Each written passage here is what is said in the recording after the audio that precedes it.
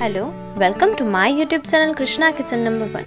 Subscribe my channel and press the bell icon to get notification of new video. આજે આપણે બનાવીશું ઘરમાં available હોય તેવી સામગ્રીથી વ્રત કે ઉપવાસમાં ખાઈ શકાય તેવી એક ડીશ જે ખૂબ જ ઓછી સામગ્રી અને ઓછા સમયમાં બની જતી હોય છે. કાચા બટાકાના પૂડા અને મીઠા લીમડાના પાનની ચટણી. તો ચાલો શરૂ કરીએ. હું એ 5 મીડિયમ સાઇઝના બટાકા લીધા છે. બટાકા ધોઈને છોલી તેનું છીણ કરી લઈએ. આ પ્રમાણે નાની છીણીથી બટાકાને છીણી લઈએ.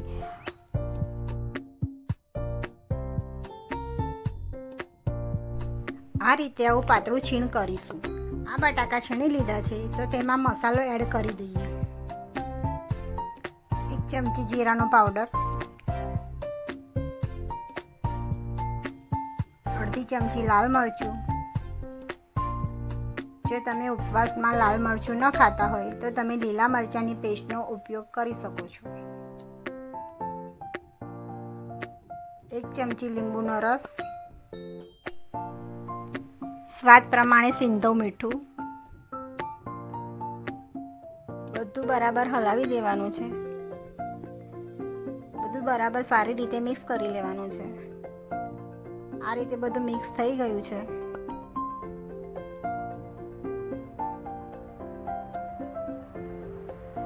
આપણે પૂડા બનાવવાની શરૂઆત કરીએ. સૌપ્રથમ ગેસ પર તવો મૂકી તવામાં થોડું તેલ નાખી દઈશું. ત્યારબાદ ચમચીથી બટાકાનું મિશ્રણને તવામાં નાખી દઈશું.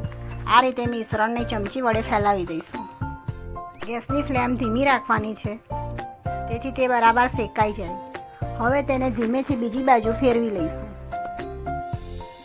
તેના પર થોડું તેલ લગાવી દઈશું. તેને પણ બરાબર શેકી લઈશું. બ્રાઉન કલર ના થાય ત્યાં સુધી આપણે શેકાવા દઈશું.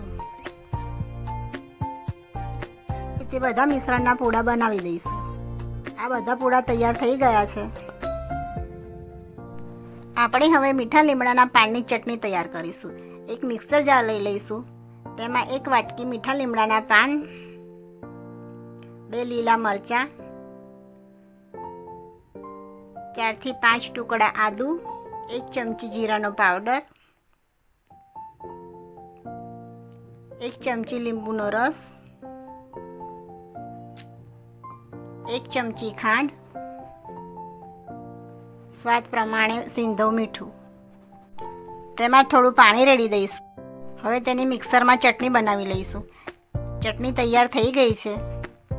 હવે તેને સર્વિંગ બાઉલમાં કાઢી લઈશું. કાચા બટાકાના પૂડા અને મીઠા લીમડાની ચટણી સર્વિંગ પ્લેટમાં સર્વ કરી દીધી છે. જો તમને મારી આ રેસીપી ગમી હોય તો તમે ઘરે એકવાર આ રેસીપી જરૂરથી ટ્રાય કરજો. આ વિડીયોને લાઈક અને શેર કરજો અને મારી ચેનલને સબસ્ક્રાઈબ કરજો. બેલ આઇકન દબાવો જેથી મારા નવા વિડીયોની નોટિફિકેશન તમને મળતી રહે. Thank you.